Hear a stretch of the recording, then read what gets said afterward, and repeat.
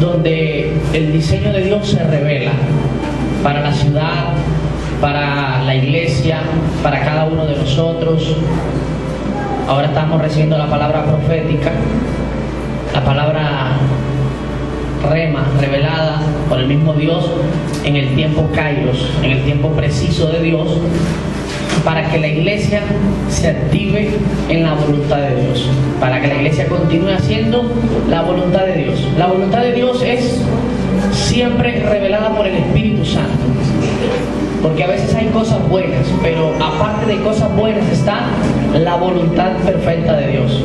Va más allá de las cosas buenas, tiene que ver con lo perfecto, en el momento perfecto, la gente correcta, el tiempo correcto.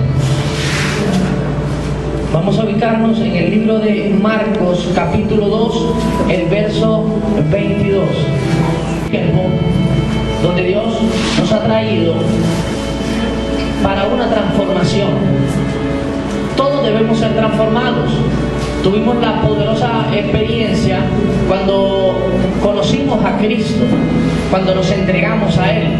Hubo allí algo en nuestras vidas, algunos no pudimos explicar lo que pasó, pero sentimos algo muy fuerte dentro de nosotros que empezó a llenar nuestras vidas y sabíamos que eso era lo que necesitábamos nosotros para sentir o para vivir una vida llena de satisfacción. Otros no tuvieron esa experiencia, otros de repente fueron sanados y al ver ese milagro creyeron simplemente y fueron guiados y fueron llenados por el Espíritu Santo. Ahora bien, Dios está hablando aquí, Jesús habla de este tiempo, habla de un nuevo vino, hablando de una nueva vida. El que no bebiere de mi sangre y comiere de mi carne no será digno. El que no bebe del vino y el que no come del pan, el que no toma de la vida de Cristo, hablando de la revelación que produce Cristo en nosotros para que nosotros seamos introducidos en un nuevo reino. Esto que usted está viviendo hoy no es una cosa de casualidad y no es una cosa de juego, como decían los apóstoles ahora rato. Esto no es juego, esto es una gran oportunidad que Dios le da al hombre para que sea transformado él y toda su familia. Amén. Para que sus generaciones sean benditas sobre la tierra. Es una de las promesas que Dios le dio a Abraham, una promesa que Dios le dio por medio de la fe. Entonces, esa nueva revelación que es en Cristo va a traer una vida nueva, pero necesita una disposición correcta, un odre nuevo, dispuesto a recibir lo que Dios trae para este tiempo. Que en cuanto a vuestra anterior manera de vivir, os despojéis del viejo hombre que se corrompe según los deseos engañosos. Ese es el odre viejo. Y que seáis renovados en el espíritu de vuestra mente.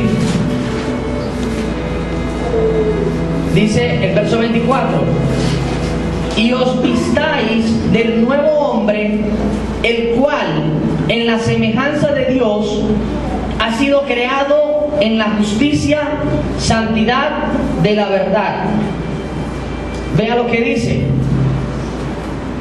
El nuevo hombre que va a recibir la vida nueva es aquel hombre que va a ser renovado en el espíritu de su mente.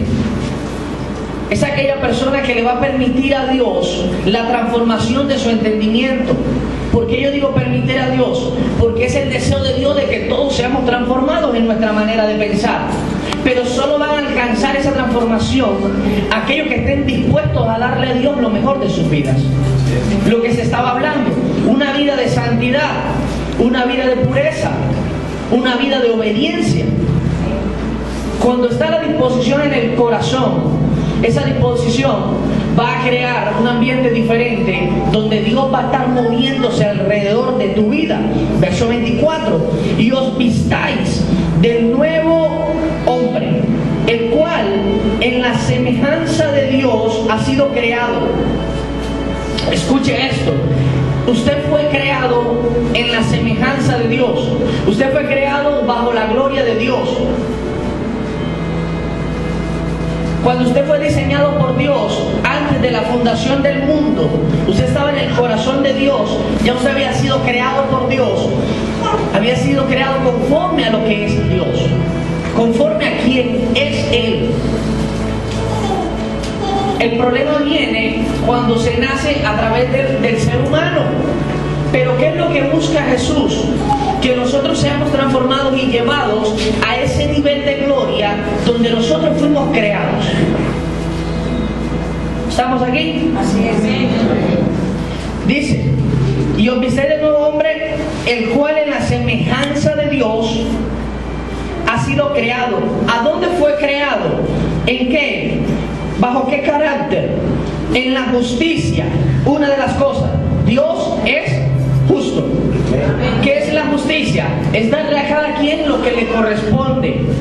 El deseo de Dios es que todos sean prosperados. El problema es que no todos son prosperados. Algunos cumplen, algunos obedecen, algunos reciben la palabra, algunos creen, algunos se dejan guiar por Dios, algunos se dejan llevar por los ríos de Dios. Pero otros se detienen. Otros quieren preguntarle a Dios, quieren indagar a Dios sobre cosas que Dios no lo ha llamado a preguntar.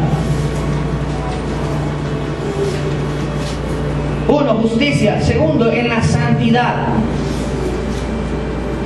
Tú fuiste creado bajo santidad.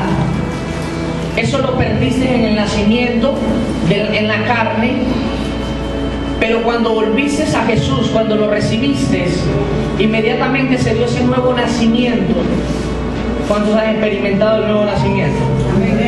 Todos. Bajo ese nuevo nacimiento, otra vez, viene el origen del que fuiste creado. El Evangelio no es un juego. Es la transferencia de un reino de tinieblas a un reino de luz. Dejas de ser hijo de Satanás para convertirte en el hijo del Dios viviente, en el hijo del Dios santo, justo, poderoso. Cosas que vas a recibir porque vienen en ti por ser nacido hijo de Dios. ¿Qué cosas vienen en ti? Viene la justicia. Vas a empezar a separar con la espada, la palabra, lo bueno de lo malo. Vas a empezar a discernirlo y a separarlo. Eso es justicia. Vas a hacer lo correcto. Eso es justicia. Vas a pensar de forma correcta. Eso es justicia. No vas a hacer como tú tenías pensado hacer. Vas a hacer como el Espíritu de Dios te lleva a hacer. Eso es justicia. Eso es obediencia. La santidad. No perteneces a una vida de pecado. Tienes que estar claro que tú fuiste trasladado del reino. Eso es, hoy le hice la comparación a una persona. Eso es como que tú seas el peor malandro, la basura, la escoria de la sociedad, y de repente tú seas colocado como un gran policía. El cambio es dos mundos diferentes, un cambio muy grande.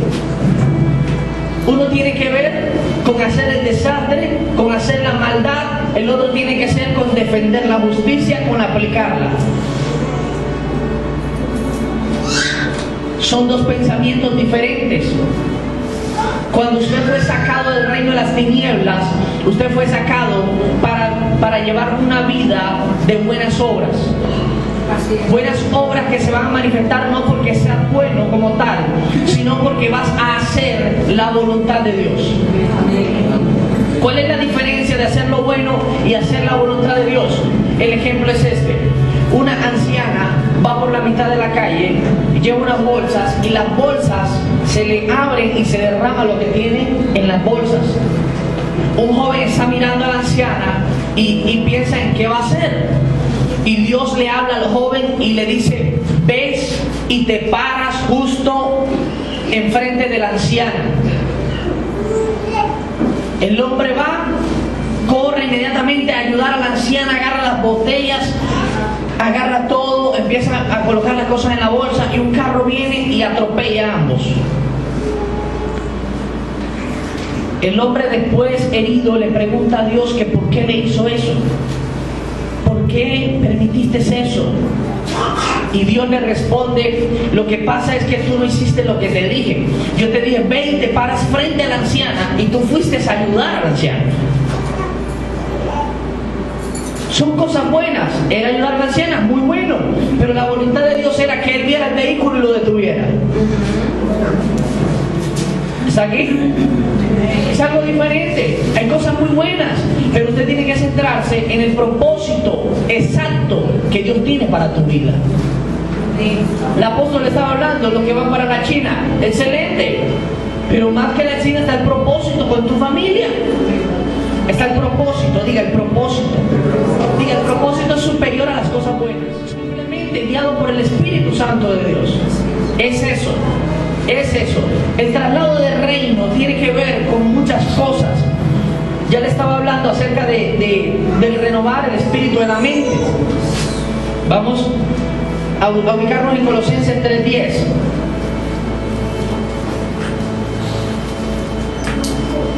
Dice lo siguiente, acotando lo que se ha venido hablando: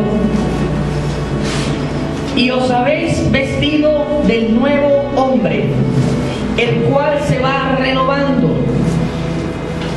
Mire esa palabra, se va renovando hacia un verdadero conocimiento, conforme a la imagen de aquel que lo creó.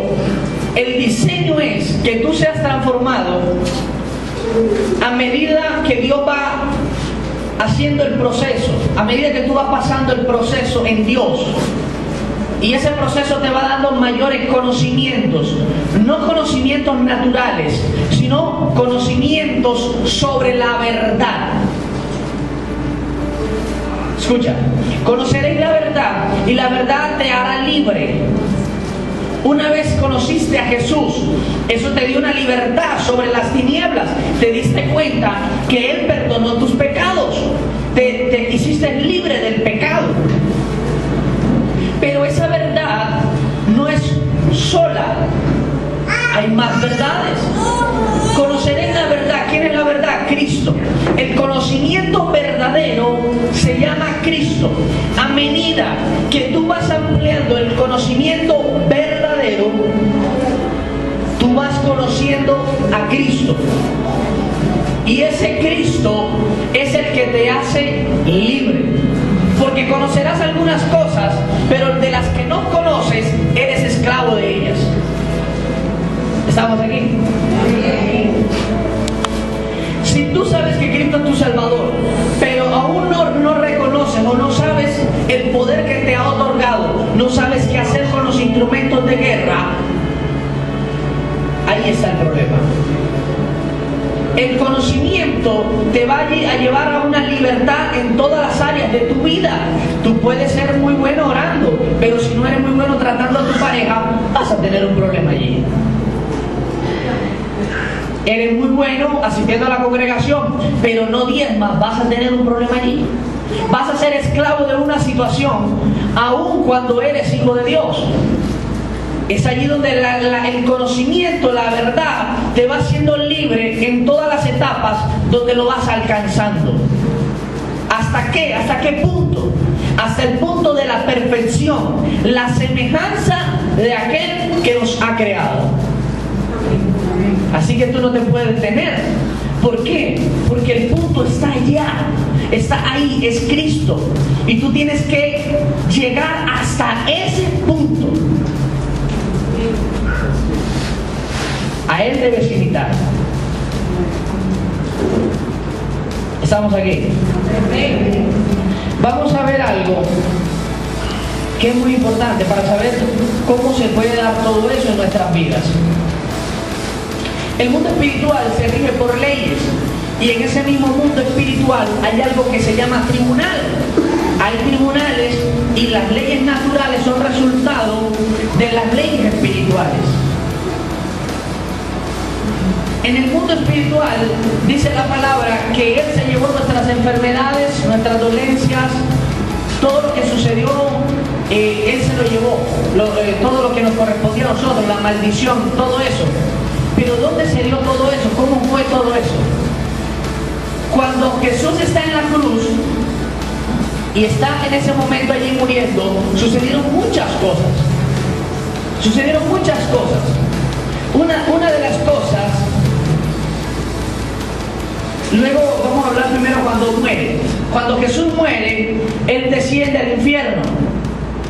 Y durante 3 días se está peleando o se está debatiendo en ese tribunal la causa por la que Jesús muere. Jesús murió. Si no muere, no resucita. ¿Estamos aquí? Durante 3 días estuvo muerto. Ahora bien, durante 3 días Él desciende con todo el pecado de la humanidad y Satanás cree que ha logrado una victoria. Satanás quiere matar al Hijo de Dios porque Jesús antes había dicho: envié a una persona a que me diera del fruto y al que envié me lo mataron, y volví a enviar otra persona y me lo mataron. Y en la parábola dice: luego envié a mi hijo para ver si con él tenían respeto. ¿Y qué dijeron aquellos que me tenían la viña? Dijeron: si matamos al heredero, nos quedamos con todo. Entonces Satanás pensó: si mato a él, si mato al hijo, todo lo que era para él ahora va a ser para mí. Y dice que por varias horas, cuando Jesús estaba en la cruz, todo fue oscuro, oscureció, todas las tinieblas en el abismo en ese momento se aparecieron allí para contemplar una supuesta victoria que ellos estaban teniendo. Si matamos al heredero, nos quedamos con todo. Jesús baja al infierno en esa muerte porque era necesario que bajara. ¿Por qué? Porque Él iba cargado de pecados. ¿Cómo así? Pero Jesús no pecó. Él no pecó, pero en el derecho existe algo que se llama el poder. La gente puede otorgar el poder. Asimismo, usted puede otorgar un beneficio, pero también usted puede otorgar una deuda. Absorbiendo todo el pecado de la humanidad. En eso, todas las enfermedades, el pecado, la contaminación, la maldición, toda clase de horrores fueron sumados sobre un solo cuerpo, en tal punto donde Jesús, anterior a eso, Él está orando en el monte y empieza a sudar como gotas de sangre. Y lo que se estaba viendo allí era que era tanto el trauma que estaba viviendo en ese momento, cuando se le estaba revelando el dolor que iba a padecer a causa de todo lo que iba a llevar encima. Diga, no es feo. A causa de todo eso, sus poros empezaron a sudar, pero no solamente el sudor natural, sino que empezó a ligarse con sangre a todo lo que estaba viendo, todo el dolor. Acuérdense que el pecado causa dolor, causa enfermedad y causa la muerte.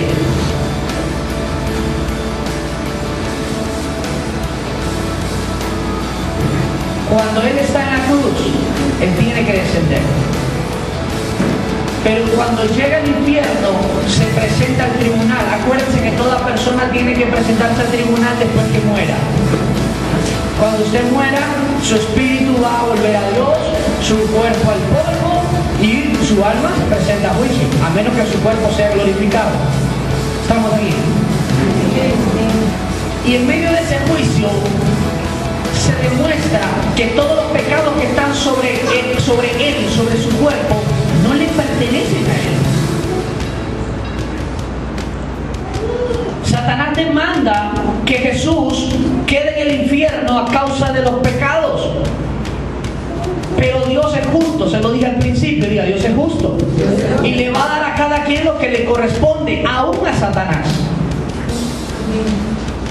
Por eso es que hay cosas que a veces vienen a nuestras vidas, es porque en el mundo espiritual Satanás se presenta como el acusador. ¿Cuántos saben eso? Él es el acusador de nuestras almas. Siempre Satanás había tomado cosas que le pertenecían al hombre, pero ahora Jesús vino como hombre y tenía que recuperarlas como hombre. Y es allí donde Él lanza la contrademanda. Él me demanda por mis pecados, yo soy en el infierno. En el infierno se levanta el tribunal. Ahora yo me defiendo y ahora reclamo los daños y perjuicios. Hermano, pero tú lo hablas como si fuera en el mundo natural. Hermano, es que ya vamos a ver lo que pasó en el mundo espiritual. Vamos a ubicarnos en el libro de Apocalipsis capítulo 1, verso 18.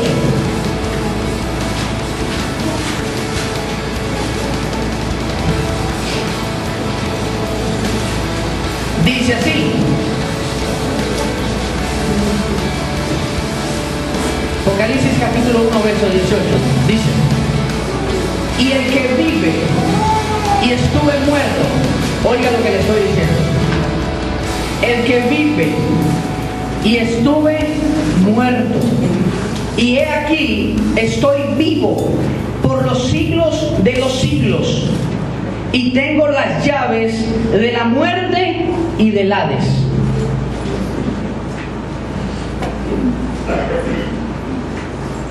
Las llaves de la muerte y del Hades. Jesús murió. Estuvo 3 días muerto. Y cuando está en ese lugar, al no hallarse culpable, empezó a reclamar. Y Dios en su justicia le empezó a otorgar: te doy ahora las llaves de la muerte, las llaves del infierno. No podrás morir eternamente. Y por eso él ahí mismo en el versículo dice: el que vive por los siglos de los siglos. No puede morir. Ahora él tiene la llave sobre la eternidad y sobre la muerte segunda, sobre el infierno, sobre el Hades. Estamos aquí. Vamos a Isaías capítulo 22, verso 22.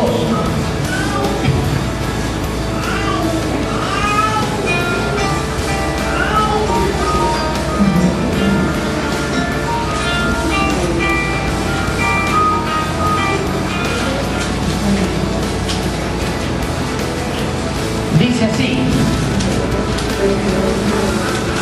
Isaías, hablando de la profecía, 500 años aproximadamente antes de la venida de Jesús. Preste atención. Entonces pondré la llave de la casa de David sobre su hombro. Aquí habla de algo que va a suceder. Voy a poner la llave sobre su hombro. Es una profecía. Sigue diciendo: cuando él abra, nadie cerrará. Cuando él cierre, nadie abrirá. Escuche eso. Vamos ahora a Apocalipsis capítulo 3, verso 7.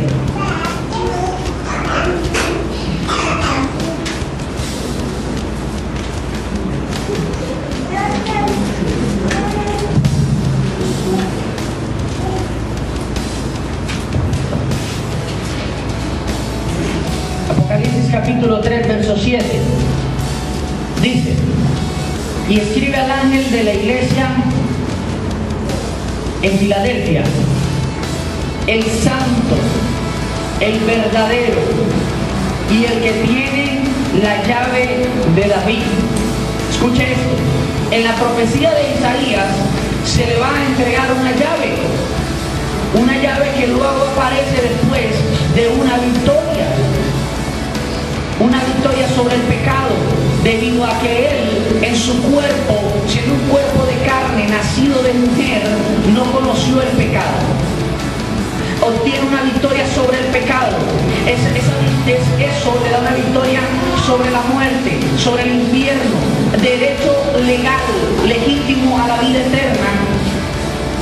Y ahora, aparte de eso, se le da la llave de David, que estaba declarada años antes. El que tiene la llave de David, ahora la tiene. Allá era, se la pondrá sobre su hombro, se le dará como autoridad. El que abre y nadie cierra, cierra y nadie abre. Escuche esto. Esa llave de David, ¿de qué se trata? una de las cosas es que Jesús venía del linaje de David. Ahora bien, el linaje que produce Cristo en nosotros es un linaje santo y real, pero en el mundo espiritual. Esa llave te da la entrada al mundo espiritual, a que el hombre pueda operar en la dimensión sobrenatural. Así es. Estamos aquí. Amén. Diga, el Evangelio no es bueno. Oh. Ese linaje te hace hijo heredero de Dios, coheredero en Cristo. En las llaves de David, Jesús viene del linaje de David, pero Jesús es superior a David luego, después que sucede todo esto. Y esa llave ahora de la casa de David no es que David tenga una casa y tú vas a ir para allá. Es la entrada a ese poder espiritual. Diga, yo tengo la llave de David. Ese mover te lleva a experimentar la gloria de Dios, el mover del poder de Dios y todo lo sobrenatural que Dios es y que Dios tiene para tu vida. Eso te hace vivir una experiencia diferente a la del mundo. En el mundo tenías que vivir de acuerdo a la situación, de acuerdo al presente, a lo que esté pasando, a lo que el mundo dictamine. Esa llave te otorga la facultad legal para que tú operes desde el mundo espiritual y tu vida diaria, tu vida hoy presente sea transformada por el poder de Dios. Esa llave te permite operar en que las cosas que no son empiecen a suceder, en que las cosas que no están empiecen a estar. ¿Aló? Amén. Esa llave te permite también la salida de la ley y la entrada a la gracia. Te permite la salida de la ley del pecado para no vivir bajo una ley que te condena en el momento del incumplimiento, sino una nueva ley que por medio de la fe tú recibes o empiezas a heredar todo lo que Dios ha dicho, ha prometido y ha establecido para tu vida. Lo que está aquí escrito es para ti, no es para unos pocos, es para todos, es para todos. La llave ya Jesús la tomó, yo tengo que tomarla y usarla. ¿Aló? Eso está como la gente que se queja porque el evangelio no le funciona. Escuche esto, dice la palabra: y tú preparas y aderezas mesa delante de mí en presencia de mis angustiadores. ¿Qué significa? Que la mesa está servida, pero usted tiene que tomar la decisión de ir a sentarse, comer con él y él con usted. Usted tiene que ir a sentarse Y de darse lo que Dios nos da. Comer. Tienes que disfrutar lo que Dios tiene en la mesa, porque es para ti. Así es. Entonces podrás quedarte de lejos mirando a otro como disfrutan, pero no es para que tú veas de lejos como espectador, es para que tú disfrutes lo que te corresponde como hijo. Amén. Amén. Habiendo cancelado el documento de deuda, diga documento de deuda, que consistía en decretos contra nosotros y que nos era adverso, o sea, contrario, y lo ha quitado de en medio, clavándolo en la cruz. Lo que Satanás le pareció una victoria, todo lo que Jesús se llevó en su cuerpo al infierno, empezó a ser una victoria, pero para Jesús. Toda esa cantidad de pecado e inmundicia, esa acta de decretos, en el mundo espiritual las cosas son presentes, son hoy. Jesús la agarra y la clava en la cruz. Por lo tanto, todo lo que era contrario a ti deja de serlo, porque esa acta es declarada sin fuerza de ley, es declarada sin poder. El evangelio no es un juego, es una gran oportunidad de que toda el acta, y mira lo que dice, no es en el mundo espiritual, no es que el acta fue en ese momento y allí quedó, allí pasó. En el mundo espiritual es presente. O sea, los pecados cuando llegaste a Jesús fueron clavados. Y los que hiciste hoy, también. Y los que algún día vas a cometer, también. Tus pecados son clavados en la cruz. ¿Por qué? Porque tu mente está siendo renovada y en medio de todos esos procesos van a haber momentos donde vas a caer. Pero como ahora tienes la llave y esa llave te ha permitido salir de la dimensión de la ley para entrar en la dimensión de la gracia, esa gracia te permite que todos tus pecados sean clavados ahí hasta que tu vida sea transformada conforme a la del Hijo de Dios.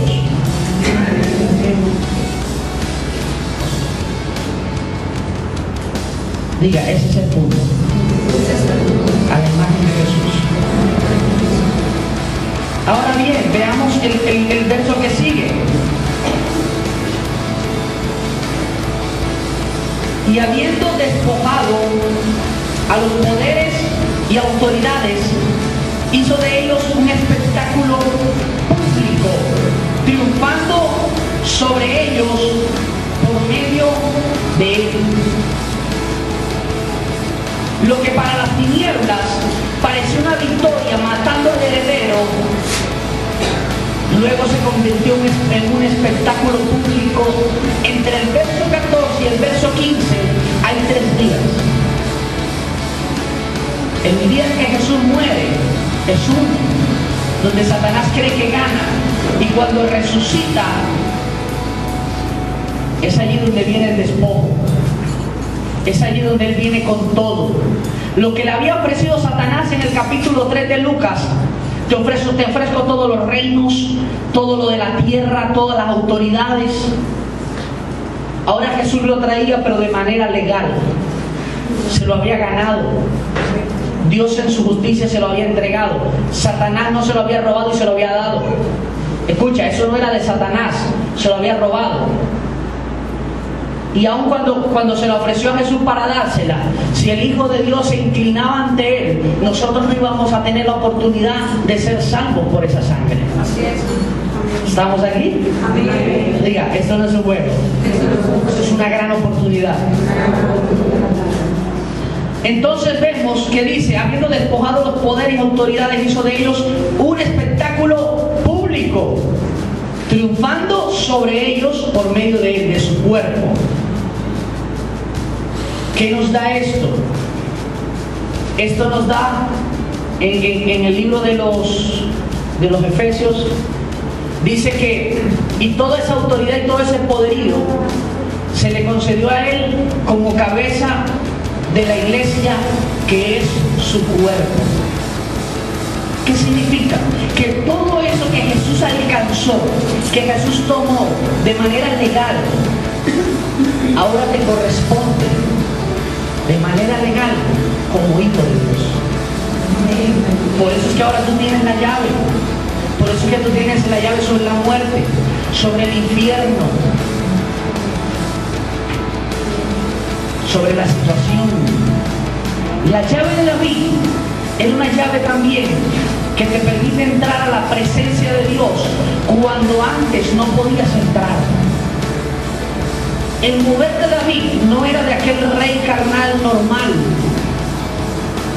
Cuando se habla del mover de David, se habla también de este tabernáculo donde se crea una adoración continua dentro de la vida del hombre. El tabernáculo de David no existe, pero la palabra dice que debe ser restaurado.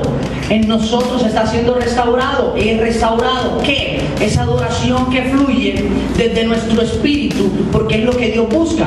Adoradores en espíritu y en verdad. Esos adoradores son los que han levantado el tabernáculo de David.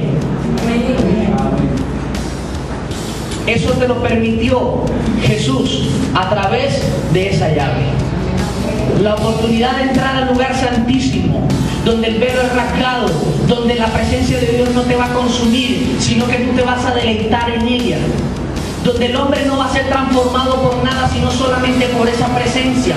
Todo lo que el hombre pruebe, como dice en el Eclesiastés, todo es vanidad, todos son placeres naturales, no van a llenar, a saciar, no van a llegar a que el hombre sea satisfecho.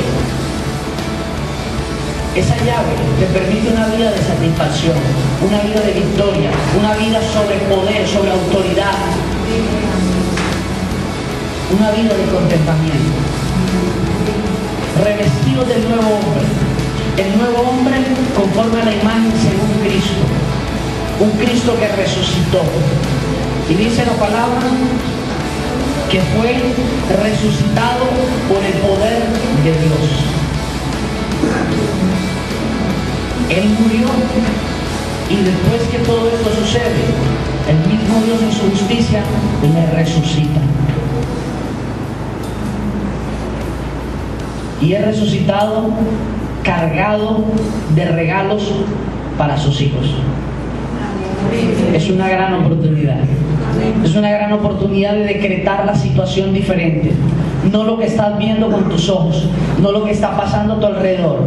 Es el tiempo de decretar lo que Dios dijo que eres. Tú eres un hijo de Dios, un heredero, una persona que tiene las llaves en la mano, una persona que puede transformar la dimensión que estás tocando en este momento. Esto, dice la palabra, es pasajero, pero lo eterno, eso es lo que te corresponde.